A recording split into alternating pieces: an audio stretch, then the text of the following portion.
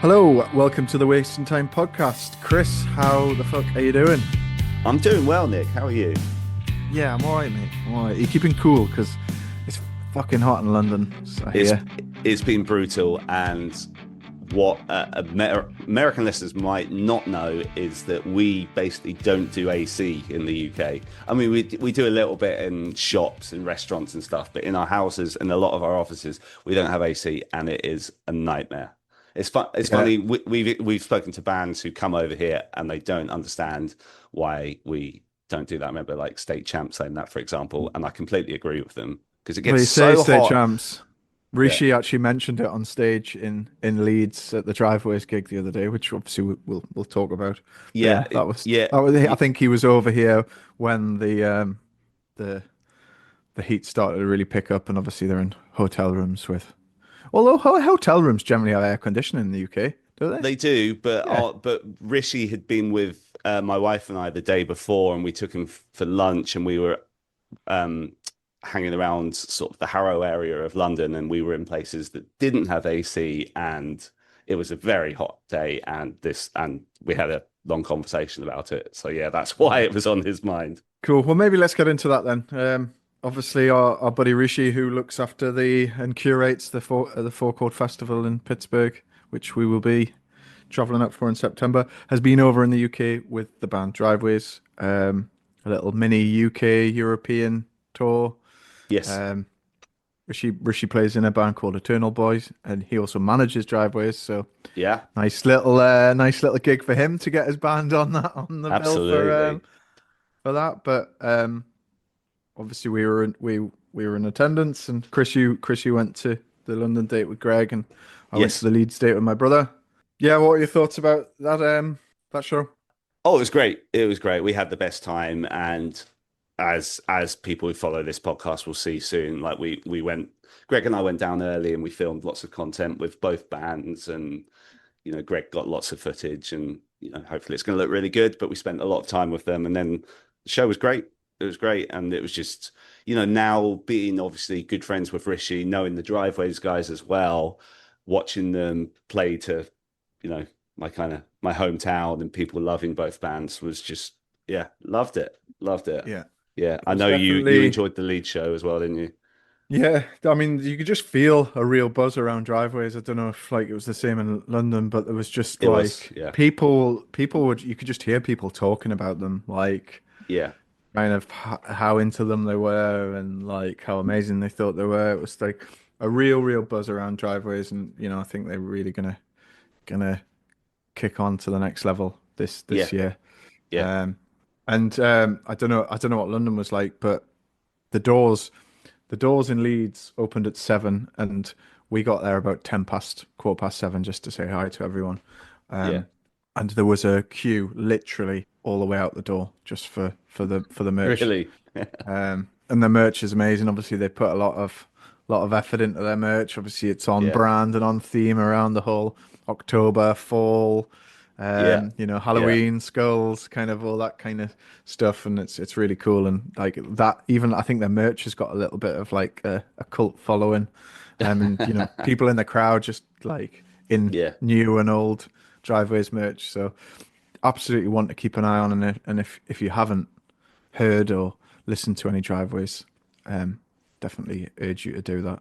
Oh, and we'll look forward to catching up with them and seeing them play again in Pittsburgh, because obviously Yeah, they're of on forecourt as well as our Eternal course Boys. they are. Yeah, Yeah. of course they're on the bill for four chord. Although I don't know if you spoke to them about it when you interviewed them, but they are two of them are teachers and obviously work around full-time teachers and work around that schedule. They talked about it on stage at Leeds actually. Oh, How they did. they're really appreciative of the the turnout and um, their growth, but they have full-time jobs and they're teachers and things like that. So I guess there's got to be a milestone they hit, or where they really start to consider, like, Yeah, do they yeah. start to go full time with this band? It's going to be Um, really interesting to see. I did ask them about it, and if I remember correctly, I think the answer was basically they were like, it's the same as when we asked them when we interviewed them at Christmas. So I think it's pretty, even though it's growing, I think they're pretty much in the same place. I mean, obviously, wait until we put out the content and everyone can hear exactly what they said. But yeah, I believe they said Okay. something like that. I Yeah, guess it's hard because they got families as well, right? So, it's like that yeah, almost put yeah, more pressure on the right time to make that decision. Is it the right time? absolutely. Because, Yeah. you've got families to think about. But I will stop asking questions and wait to hear the interview. We put it out, yeah, yeah, but yeah, it's so good to see them, and yeah, it's so good to spend it. Was I got to spend a lot of time with Rishi this time, which was great because obviously he's a good friend of ours and kind of a big part of what the Wasting Time podcast does now. So yeah, that was Yeah, really cool. I didn't appreciate his call out on stage for What me did he though. say? What did he say? I just said, "Oh man, yeah, I love the UK. Like, I'd love to live here one day. I've got a really good buddy in the crowd called Nick. Where is he?" And I was just like, Oh, "Oh, really? for fuck's sake." So there you go. Bit of an embarrassing moment, but um, thanks, Rishi. Anyway, um, we'll see you in September again, which should be good. Yeah, Cool. What else has been happening? New releases? Much yeah. Well, much on your radar? yeah, a couple of things. Big one was Good Charlotte put out music for the first time since they had a single, didn't they, at Christmas 2020. But they've got this new album coming out in August, which is the first album since 2018. So it's been a while. And with their song Rejects, which came out towards the end of June. Um, yeah, obviously we've talked about this a little bit. How are you sitting with that song now? Because you were kind of Yeah, I'm yeah, you not. weren't I sure at mean, first, were you? yeah, I'm not. Still not too fussed Oh, about it. interesting. Yeah, Yeah, do you know, for me, like I thought it was okay when it came out. Didn't love it. And then I watched the Jimmy Kimmel performance and like when the chorus comes in and that, I was like, oh, this is actually, yeah, I'm loving this actually. Chorus just sounds so big. And then yeah, so it started to grow on me then, and then we talked about it in our WhatsApp group chat with Greg, and he obviously said, this is really good. Weezer's '90s vibes, catchy as hell. What more do you want from them? And I was just like, yeah, okay, yeah, I'm coming around to it. So now I really like it. Yeah, been listening to it a lot. yeah. It's definitely like a newer sounding Good Charlotte track, isn't it?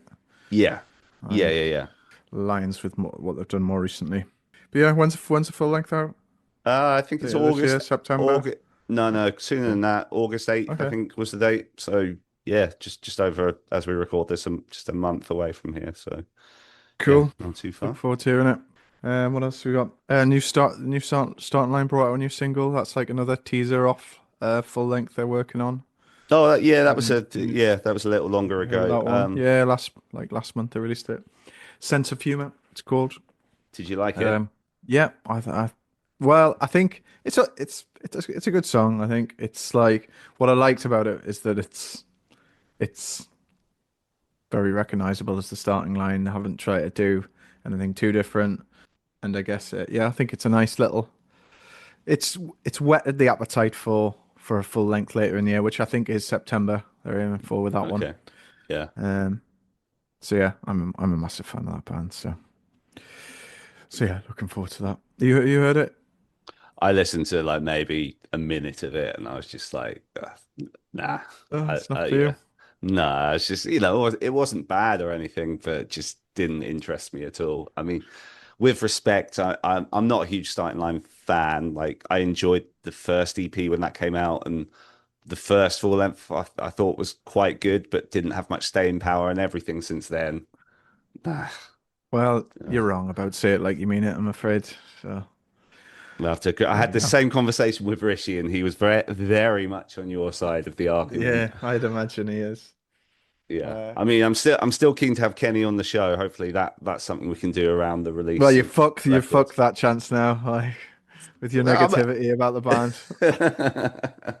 I think it balances out with how much you love them, so it's all good. We'll see. I did actually bump into him at Slam Dunk, but it was very much hi Kenny, how you doing? Oh, did Um, you? Did you? I yeah, didn't know that. yeah, he's coming in and out of VIP, so should Okay. have really Yeah. use it as an opportunity because yeah, I think he's not done a lot of press, but maybe that'll change with them Yeah. releasing some music later this year. Yeah, I think I did speak to their people ahead of Slam Dunk, and they kind of said something along those lines. They're So not doing yeah, much. Yeah, yeah, cool. but they, yeah, I guess another thing that I am playing a hell of a lot at the moment, and just want to give a plug to a smaller band, is a band that was released a couple of weeks ago called Waves by a band called Dance No Thanks. yeah, I absolutely have loved this song. I'm just disappointed it's so short. It's only like 2 minutes long. But it's a band yeah, from Italy. Got that Lucky Seven sound. The singer, I know we've talked about it. Like the start of yeah, the song, it just brings back that kind of Lucky Seven vibe from what yeah. 25 years ago or something. It's kind of, and also I like the fact you can tell he's Italian because there's been a few Italian pop punk bands over the years, and there's a way they sing in English that when Yeah, they the way they enunciate, you can tell that it's second language kind of thing, and it's a European band, which I liked. Yeah, it's a cool song, and I saw you post that thing on Instagram, which they were appreciative of as well. yeah. They did a little collab, accepted our collab on that, which was nice. Yeah, that's So yeah, cool. if you haven't heard that song, it's called Waves. Go check it out. Bang into it at the moment.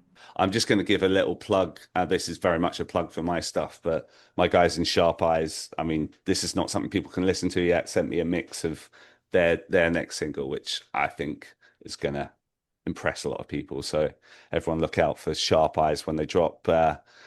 Um, what's it called? A Real Man. I think the song's called A Real Man. I should know that really. And also, my other guy, Warwin, amazing artist, he's been sending me some new stuff that's coming on the horizon. So both of those artists are absolutely killing it. So shout out to them both. Nice. When's the Sharp Eye stuff out? You got a day We yet, or is it? Are no, we no, talking because weeks, months? it'll be the summer. It'll be the summer still, but we'll Okay. need. I think there needs to be another mix, and then it'll need to be mastered. So it's not quite there, but I'm yeah, sure you'll let sounded us really good. know when the time comes. Yeah, yeah, yeah.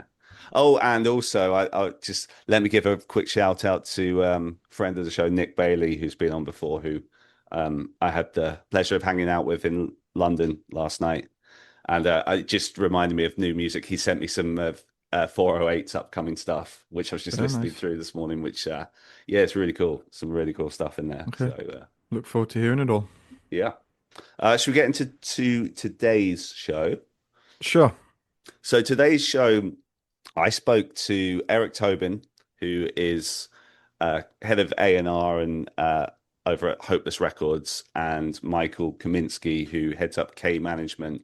Two, big names in the industry, certainly in our scene. I've known Tobin for a little bit. I had spoken to Michael over emails and stuff, but it was great to sit down and spend some time with them. And also, I want to like publicly thank them both because they're both really good friends with Dave Shapiro, who was an agent who passed away in the plane crash at the end of May. So they're both going through a very difficult time. Yeah. Certainly still when I spoke to them, it was still very raw, and Yeah. I think Tobin was in the middle of kind of organizing funeral arrangements and stuff. So the fact that they could still give me an hour of their time was, I'm very grateful for that. So I want to thank them for that.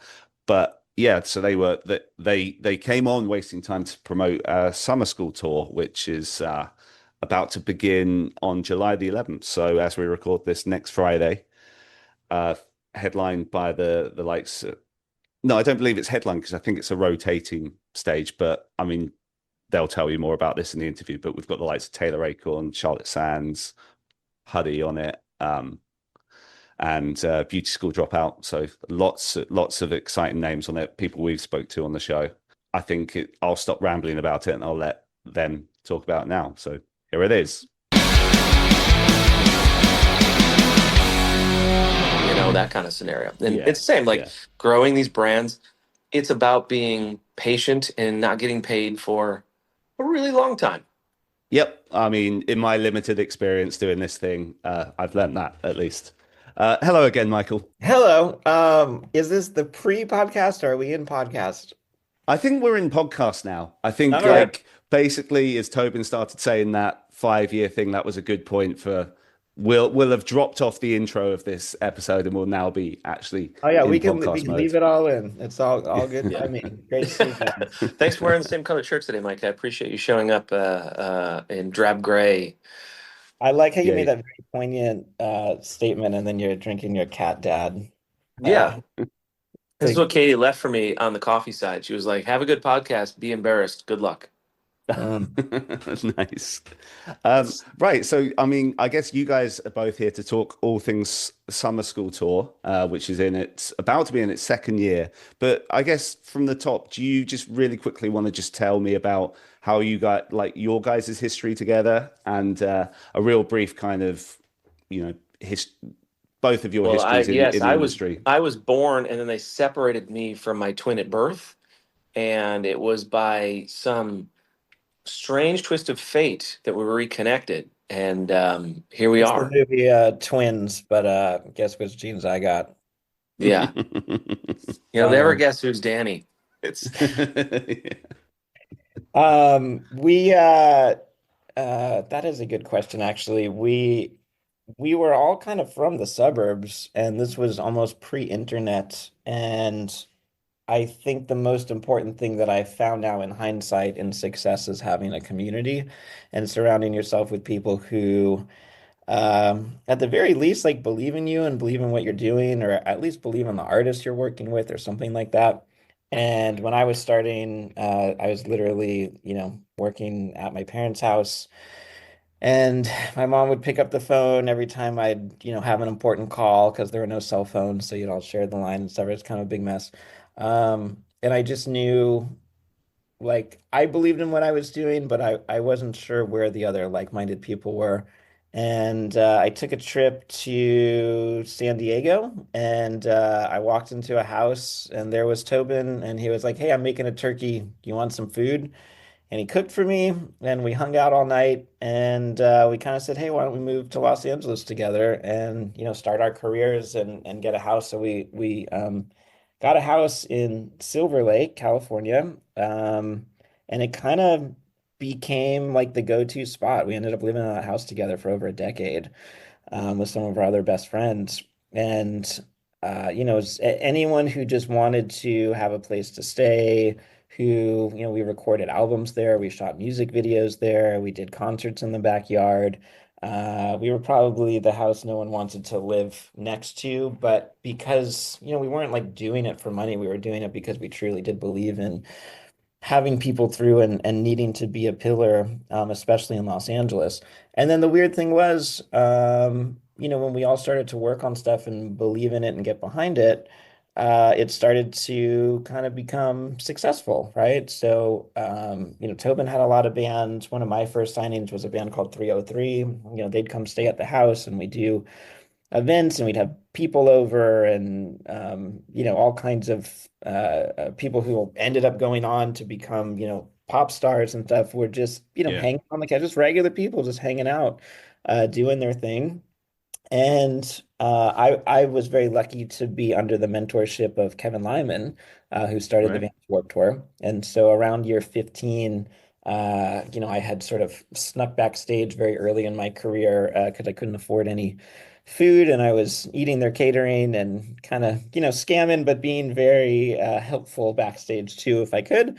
And Kevin, took me under his wing and saw at least the passion there.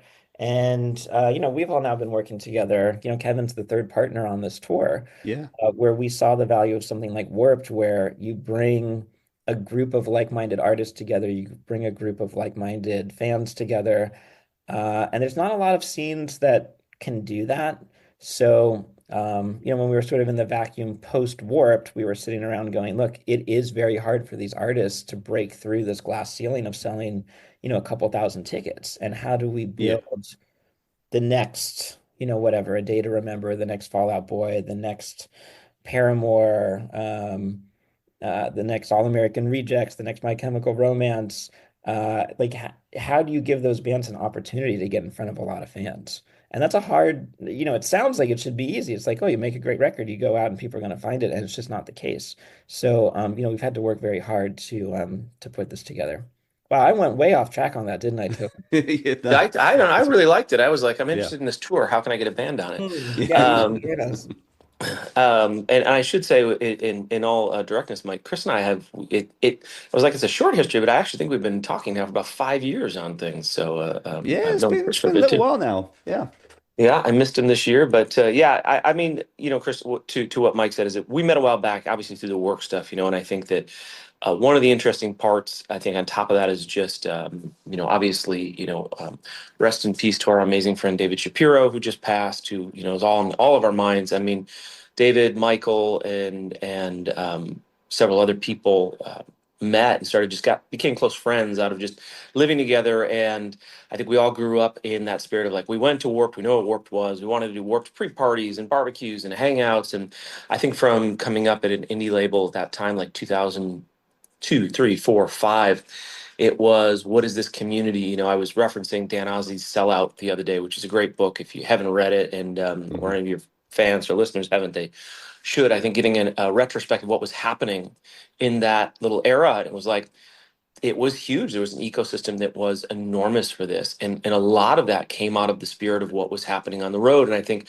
both in the sense of where Lollapalooza was and what Warped was doing. And I think, Mike and I had worked on a lot of stuff together. And as Warped was ending, I think you start talking to, such a close-knit community, and we have such incredible colleagues at all the labels and other managers, and maybe we all think different. And sometimes we, you know, bum each other out and piss each other off. But at the end of the day, we're still high-fiving where we can be. And I think it was like, there's this missing link to sort of develop artists out on the road, and I think that Yeah. so much of the community was based on the artists that had gotten big several years ago. And that's great. For Mike and I, we're constantly need our developing artists to be supporting others. But what is that sort of unit that's out there, or summertime, or whatever season that is, Yeah. that is a summer camp for everybody, that everybody's hanging around, getting to know each other and saying, oh, wow, you're my speed. Let's tour together. I think Mike and I really missed that. And we initially started talking about maybe a single festival. We met with some really great friends that were promoters, and they said, you guys you're too late for that. And, we sat down again with Kevin, and, to Mike's point, like, there's still a hunger for this, and I think I mentioned it on our way into here. It's going to take some time to do it, but Mike and I's history was just being friends, being close, doing everything together, having events together, getting people together. This feels like a natural extension of that in the friendship. Yeah. And I think the idea is we're not reinventing the wheel. I think we're just trying to say, who is that curated group of alternative artists for angry kids. So as I mentioned before, we're about to have the second running of this tour. But prior to last year, how long was it kind of in the works? Like, how many years prior to last year did the idea come? And then, you had to go and talk to Kevin about it. Shockingly Like, fast. Oh, it Shockingly did? fast. I mean, Really? yeah, Mike, I think I think for about a year, Mike and I kept saying we got to do something. And then we had a few more conversations, and Mike, let's put it this way, about a year and a half before Mike said we should do a branded tour. And I was like, I don't know that that's going to work. Do people really want that? And Mike brought it back around in a smart way. And that's when we sat down with Kevin, and Kevin was just like, there are promoters that would love to do this still. There are people who would love to do it. Within a month and a half of that conversation, we had an amazing partner conversation with Idobi Radio, who, bless their souls, were like, oh, yeah, we 100% believe this. And they're sort of stepping in on a partnership side, made it feel very real. And we went, I mean, Mike, I think that was the conversation with Kevin was at a summer barbecue at his house, I think at the end of June. And we were having conversations with bands by August. Right. Yeah, Okay. the concept of, how do we bring people together really had been sort of germinating for, over a decade.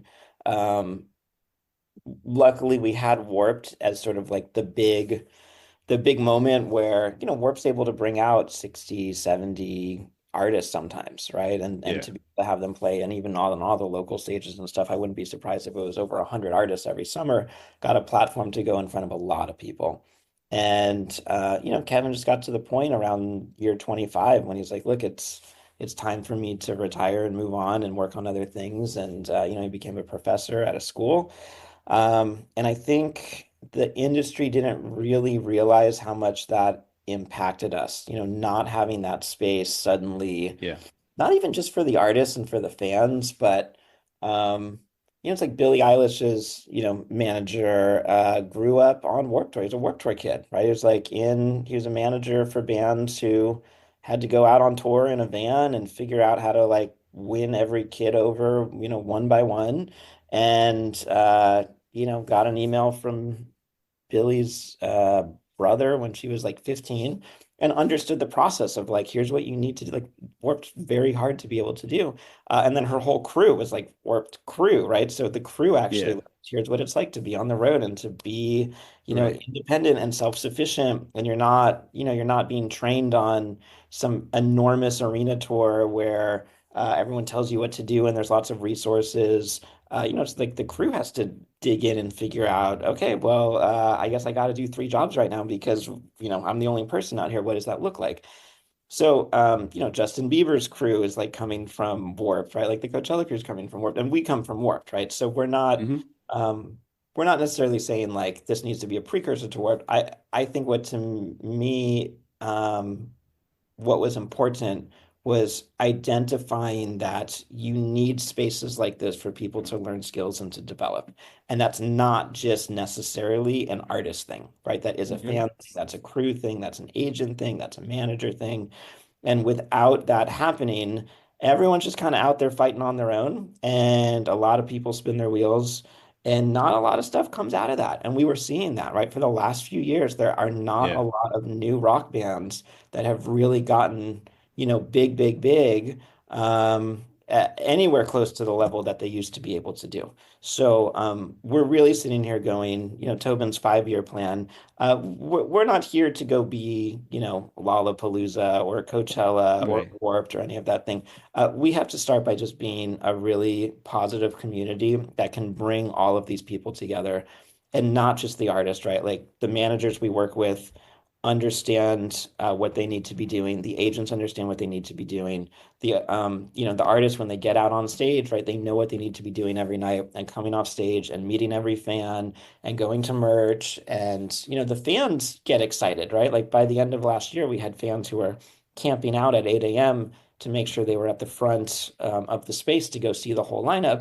And I think that's Yeah. really important too, is we have a rotating bill. So when fans come out, you're not just coming out to go see the one band you want to see. Yeah. 7 bands this year. So you're going to see, if you buy a ticket, our ticket's about the price to see any of these bands individually. It's Hmm. about $35 before ticketing fees. So for $35 now you get 7 artists. You don't necessarily know what time they're going to play. So now you're exposing yourself to 6 more artists, essentially Yeah. for free. And pretty much everyone walks out of there going like, oh, I didn't know about this person or this person, and now I'm a fan, and now I'm going to buy a ticket the next time they come to town. And I know I'm just like kind of rambling stream of consciousness, but we're very proud of the fact that on year one, the artists who came off, we had Honey Revenge, who was like an opening spot, Yep. and they're absolutely crushing it on their headline tour right now. We have, the home team came off and did a big tour with Neck Deep. We had Stan Yep. Atlantic come off and do a big tour with A Day to Remember. We had Magnolia Park come out, right? And they're doing like huge numbers now on their headliner.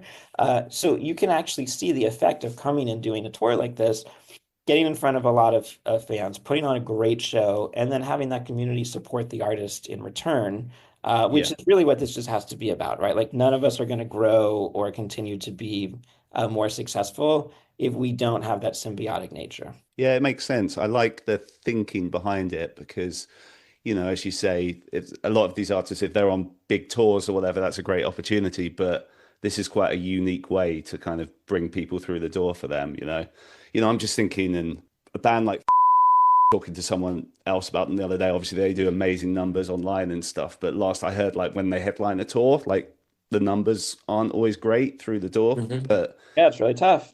Yeah, I mean, exactly, it's because you got to be part of a collective in that way. And I think exactly. and to Mike's point too, like that happens a lot too, and it's something that Mike, I'm glad you brought up. Like the community of touring, like the tour managers who work for you, the merch people that work for you, the street team people that work for you, they tell each other what's happening, what's getting big, how to you got to take this band out. And if we go back to that comment I said about, what's missing, that word of mouth community of people growing their sort of business out there, like their little, like, this is their lifestyle. They want to live Yeah. and breathe this.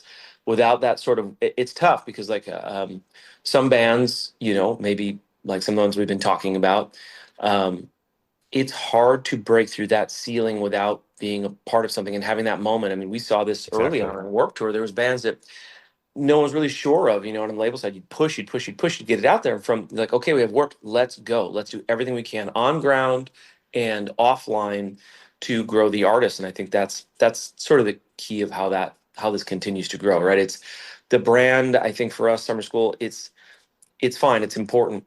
But what's important is that we're curating and bringing great artists together and great teams together that get to talk about the amount of work we've done, right? Like nobody can guarantee how many kids will be anywhere, right? But we can guarantee Yeah. that there's a community growing, that we're working hard to support that and put it together. Got it. And that's the exciting part.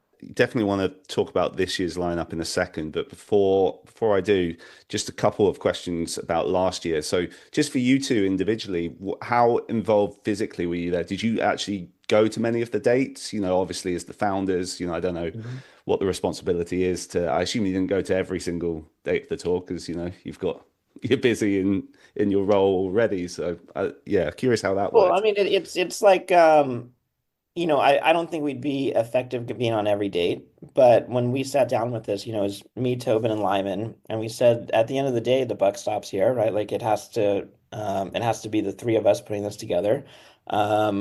We got a really great agent who believed in this, right? Who was able to do, a lot of the deals and the routings and the bookings. We have Right. some great partners in the sponsors and in the crew.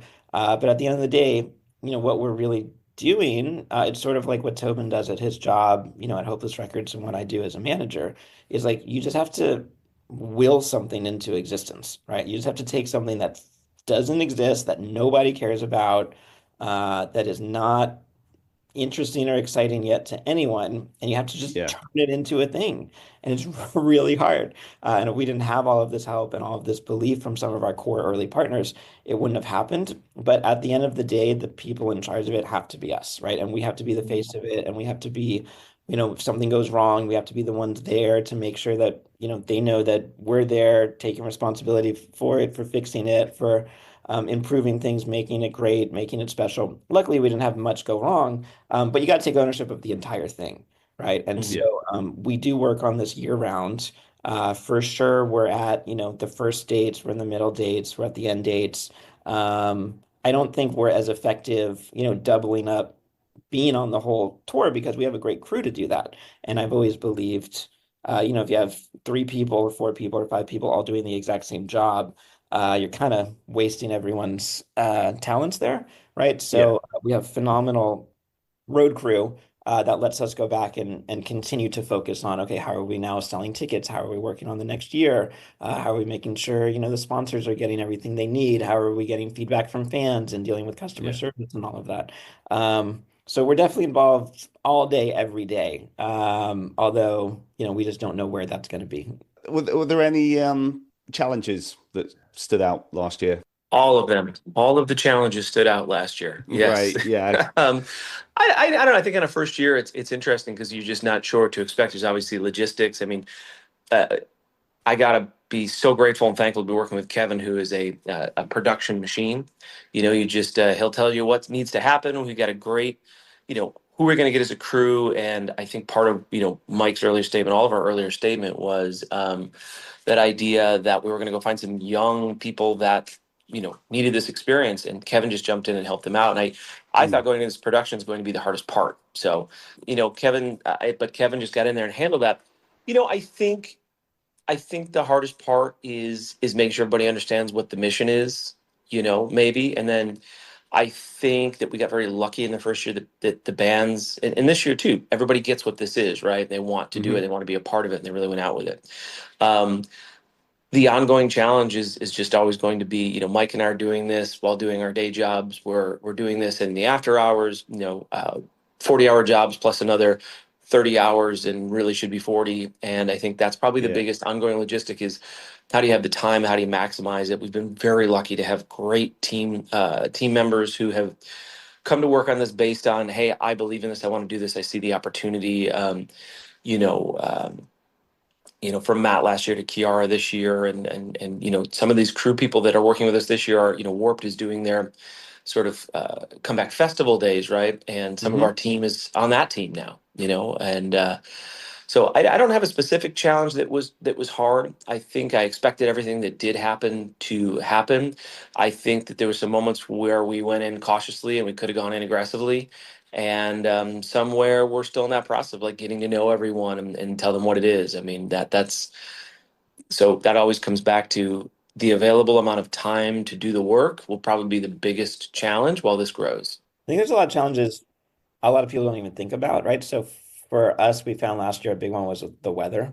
We kind of Yeah, had the yeah. Good point. foresight to book most of our dates indoors. I think we had two shows outside that we ended up moving, indoors where we could, because it was just, this isn't like 20 years ago, which is kind of sad to say, but it's like a heat wave, right? Like you physically can't do these shows outside and not have your crew passing out and having fans, passing out when we're like, in the dead middle of summer, here in the States.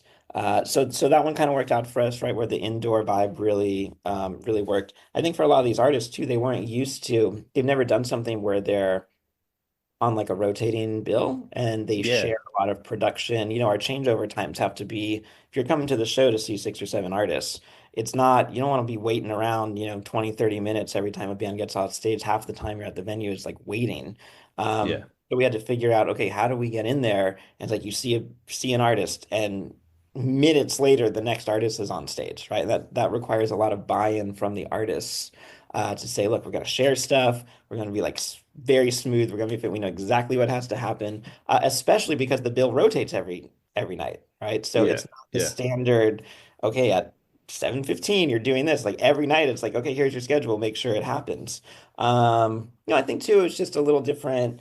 Like even, after the venue wanting to sell merch and, we had this great artist, Scene Queen last year, and she Yeah. had hundreds of people waiting after the show who just wanted to like meet her and have her sign stuff. She was so great. She met every single person, but you have venues going like, okay, guys, it's like midnight. At a certain point, we have to get Yeah. our crew home and get everyone Yeah. wrapped up. And you have all of these artists who are like signing and meeting with fans and stuff. So I think they're like good challenges to have, but it's certainly different than, um, I don't know. I think we want this to feel more than just like, hey, let's put a bunch of bands together and put them on the road, right? We want this Yeah. to really feel like a moment where you can come over the summer and uh, the ticket price is very fair and very affordable. You come out, the show is amazing. You see a lot of artists that maybe you weren't familiar with. You meet a lot of people. You get to say hi to the artist, right? You kind of get to build this personal relationship. And then you get to follow this artist as they continue their career, right? And you've had this moment that you shared with them. And now you come back the next year going like, hey, I learned a lot about, who's kind of on the rise on summer school. I actually think one of the hardest parts for us is like the A&R of the tour, right? So this is so much more than just, That's calling up true. artists and being like, you're cool. Finding a balance where, you don't just get pop punk kids, you don't just get metal kids, or you don't just get like Mm. kids who are too cool to go see any of it, and how do you make a package that like everyone's gonna like, even though every artist sounds different and has their own identity. Luckily we have one of the best A&R people in the biz right here with Tobin. uh, but I don't know about that. it's still a balance, right? And you call some artists and they're like, yeah, but I only tour with pop punk bands, so like I'm not gonna do Right. that Yeah. tour right now.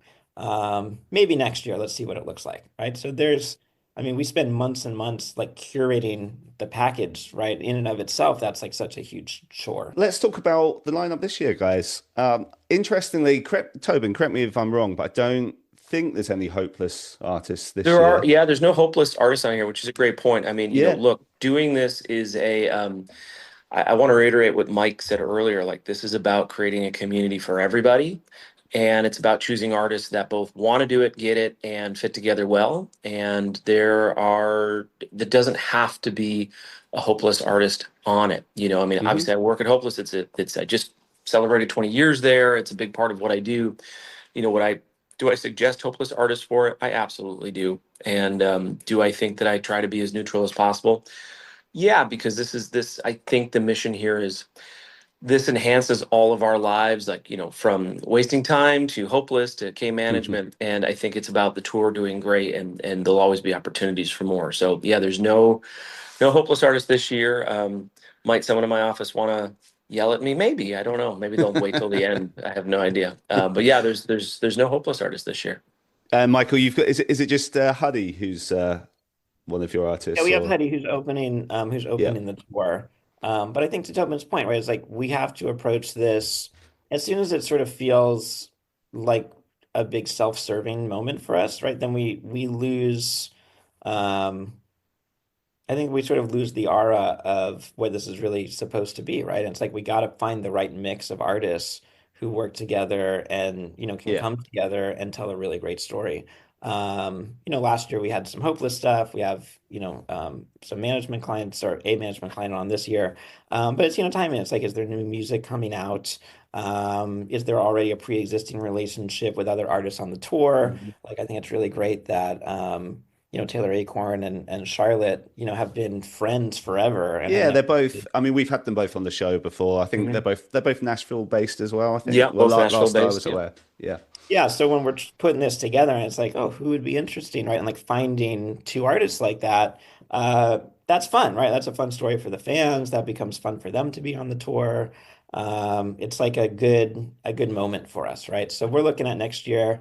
I think next year, so far, neither of us have anyone on the tour, and it's okay. not it's not like we're trying to not do it. Mhm. It's just that it has to sort of be bigger than any one, two, three people. We've talked about Warp Tour a lot on this. There's the Warp Tour stop on this tour, which Mhm. makes a lot of sense. But so Yeah. will it have its own stage set up on that day as well? Not this year. No, I mean, the No. way it works Okay. is I think that for Kevin and the whole crew at Insomniac, who are amazing, like our artists are going to be there. I think they will share a stage together. We'll have some great branding out there.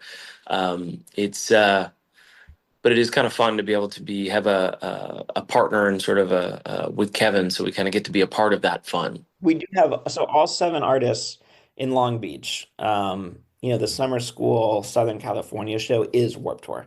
So the seven artists from summer school will be on one of the stages of Warped, together, sort of having the summer school moment. The stage itself isn't called like summer Got school. it. Got it. That Um, makes sense. yeah, but we are taking over, one of the stages for one of the days. Yeah, and I should just actually, for the listeners' benefit, list the seven artists that we've got this year. So as you mentioned, Taylor Acorn, Charlotte Sands, and as I mentioned, both been on this show before. We've also had Beauty School Dropout on the show. Like they've had a crazy rise the last few years. But then we've got Rain City Drive, Arrows in Action, If Not For Me, and then Huddy, which it's a nice diverse lineup, but they all kind of make sense together. So I understand your thinking in putting this lineup together. I'm excited about it. I think that it's interesting. We went through it, like, we've had and some great label partners in here. Thriller, Versewire. Sherry runs Versewire, is an amazing Yep. friend, and it's We've been had Sherry's done the show before, so yeah, yeah, and spent a she's bit of great. time And with it's her. She's cool. part of this is sort of celebrating the labels in this community and the independent labels and managers and everyone. So it's been fun to put this crew of Yeah. artists together. We're obviously in our sort of crunch time right now. We're doing a lot of great promo of them, giveaways, working with the promoters. It's a fun lineup, and I think that it's always great to see, you know, big fan of Taylor, big fan of Charlotte, Rain City Drive, seeing everybody grow and doing their headlines. And this is part of the sort of ethos is that, hey, if you're doing 600 here and 800 here and 900 here, well, let's put everybody together, get the lowest possible ticket price, which has its own challenges with the fees and everything else involved, and get that to a place where you can come out and really discover a lot of stuff, have a great Yeah. day, be exposed to some awesome artists. And like last year, a kid that's coming out to see If Not For Me and Rain City Drive will see how hard Charlotte and Taylor go, and there's going to be a pop kid who comes out and goes, I didn't know I liked my music a little heavier, and there's going to be Right.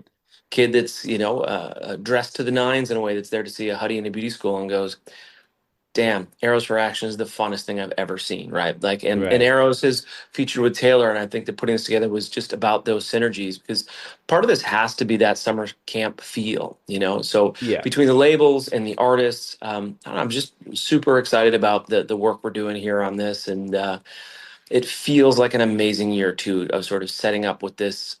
Like I said in the beginning, on year 5 in 2029, when my hair is another inch backwards, we'll be back here and we'll tell you how it's going. It'll be Yeah. every year will be a little different. I mean, that's the exciting part, is that there is this amazing community of artists that I think for a long time, is it a warp scene? Is it pop punk? Is it metalcore? Is it all these words that have been used for the last 30 years now? Yeah.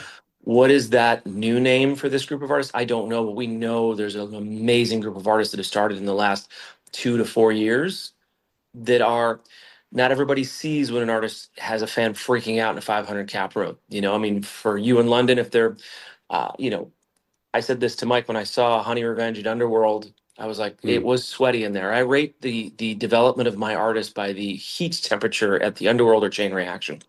And It's a good measure I don't to know do it that. from. Yeah, you got to bring a temperature gauge. It's very fun. If you're not dying inside there, it's not working.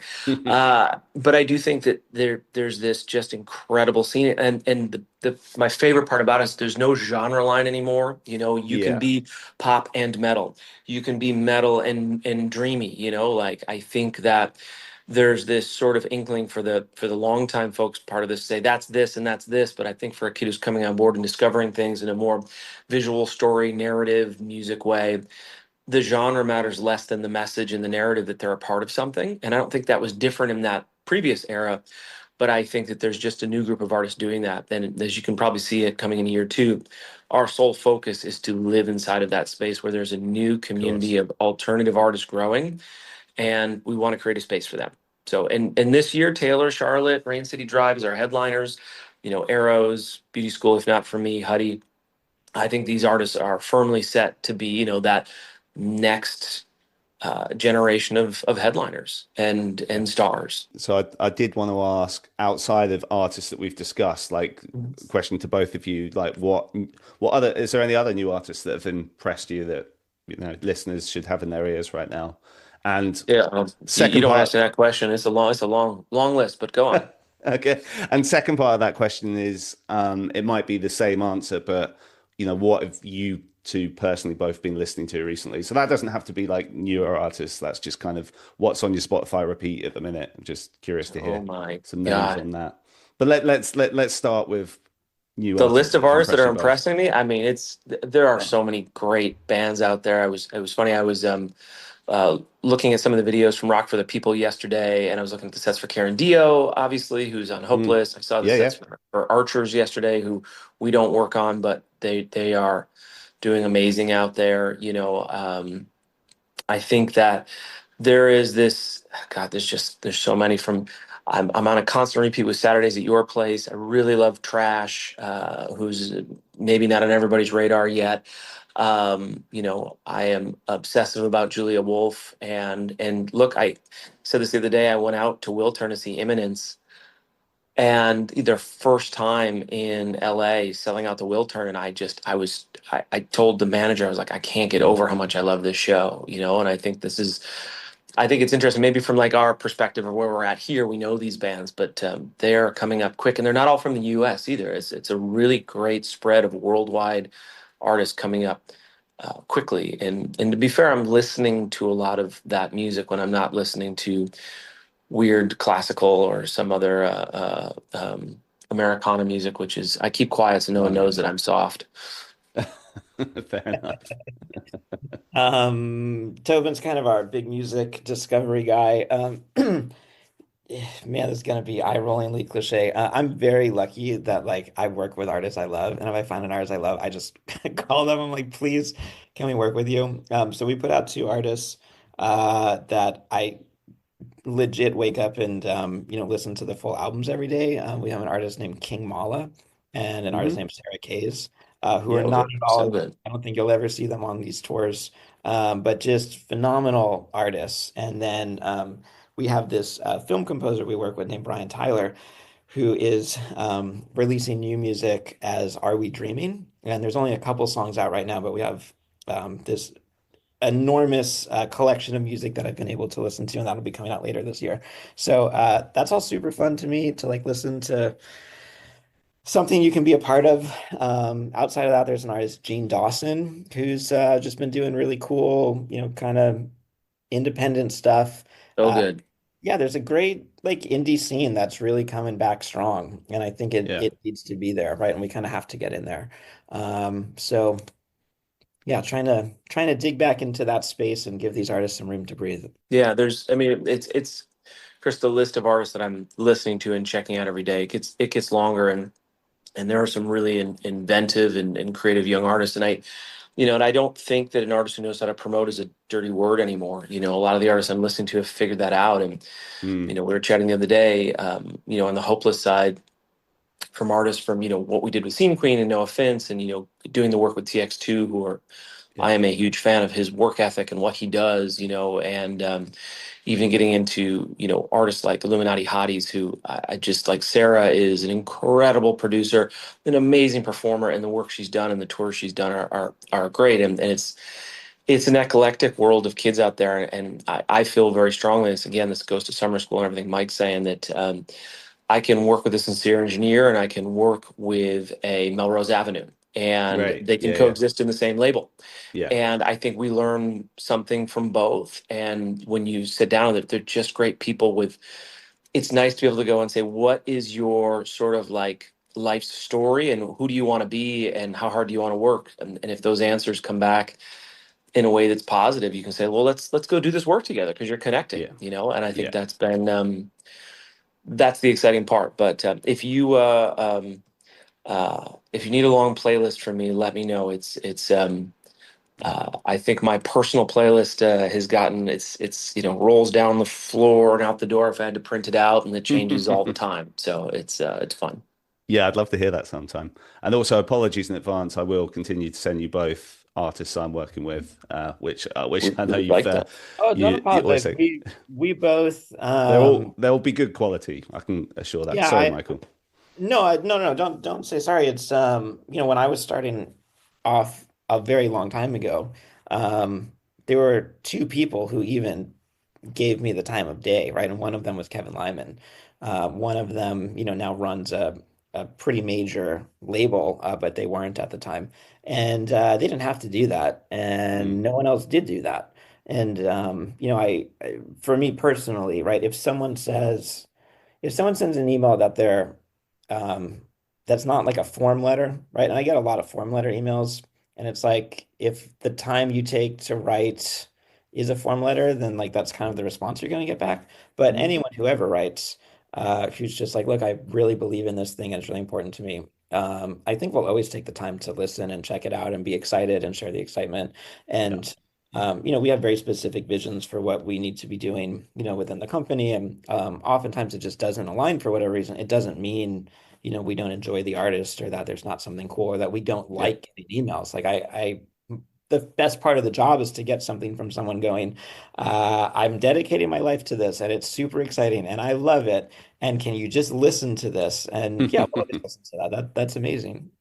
Yeah, and you both, in my experience, you both have always given me time. So yeah, massively appreciate that. Actually, real quick question. This is not to do with an artist I work with, but I'm just curious what you guys think of these guys because they're friends of the podcast and they just seem to be killing it. But you guys come across that band Driveways? Have you seen what they've been doing recently? Hey, that band keeps getting shot over to me, and I like what they're up to. It's very Yeah, good. It's I very don't. good. Yeah, I don't know what it is about them because on the one hand they sound like a lot of other bands that I'm not that keen on, but there's just something about them and they're just Well, growing and growing. Come to the I think you UK for the just first pulled. time in a couple of weeks as well. Yeah, and I think you point out to something great. Like sometimes, like our first year artist Scene Queen that was on Summer Schools on Hopeless. I don't know if there's a genre for Scene Queen, Yeah, yeah. and I have artists that do sometimes sound like something else, but it is about connectivity right now. Like I think more than anything, especially in a time right now where it's somewhere between politics and life stuff and economies and all of it and burnout society. there's this need to belong to a place. And if someone can figure out how to create a belonging, that is important, right? And I think Mhm. that there is sometimes I just want to reach for that. It sounds like panic and blink. Okay. All right. That's what, and it speaks to something I love, but they're speaking to me in a story that's sort of um, meaningful to me in this now era. And I think one of my favorite things to say in the office, like, do you feel something about it? Because I think that's more important. And do fans feel something about it? Because that's, look, I think this is probably a great way to close this out. Like, the most important team member for anybody on this call, our tour, our labels, our management company is the fan. And I don't want to be in the business of forcing anything down anybody's throat. Like, if somebody loves it, we want to meet them where they're at and give them the time of their life, because this is supposed to define who you are. That time I went to Warped Tour, that Yeah. time I went to Slam Dunk, that, and I met this person and I saw this thing. Like, this is still an opportunity to define your life within the sort of nature of music and what it is. And I think that we have to sort of think in that way, that I am a fan, you are a fan.